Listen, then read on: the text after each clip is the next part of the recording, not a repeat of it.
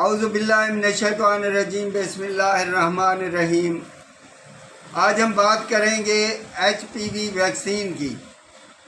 پنجاب میں cervical cases سے بچاؤ کے لیے HPV ویکسین 9 سال سے 14 سال تک کی عمر کی بچیوں کو لگائی جا رہی ہے۔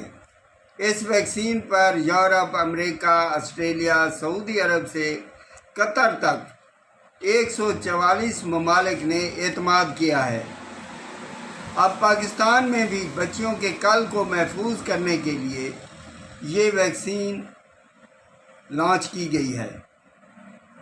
یہ ویکسین عالمی ادارہ صحت، یونیسیف، گاوی، EPI و دیگر تنظیموں کے تعاون سے لگائی جا رہی ہے۔ گزارش یہ ہے کہ جب 1983 میں EPI پروگرام کے تحت حفاظتی ٹیکے لگانے شروع کیے گئے تو اس وقت بھی لوگوں نے کچھ لوگوں نے منفی پروپیگنڈے کر کے EPI پروگرام کے بارے میں یہ کہا کہ یہ منصوبہ بندی کے ٹیکے ہیں، آئندہ کے لیے بچے اور بچیوں کی اولاد نہیں ہوگی وغیرہ وغیرہ۔ لیکن الحمدللہ وہ ٹیکے آج تک لگائے جا رہے ہیں اور پاکستان کی آبادی گھٹنے کی بجائے روز بروز بڑھ رہی ہے۔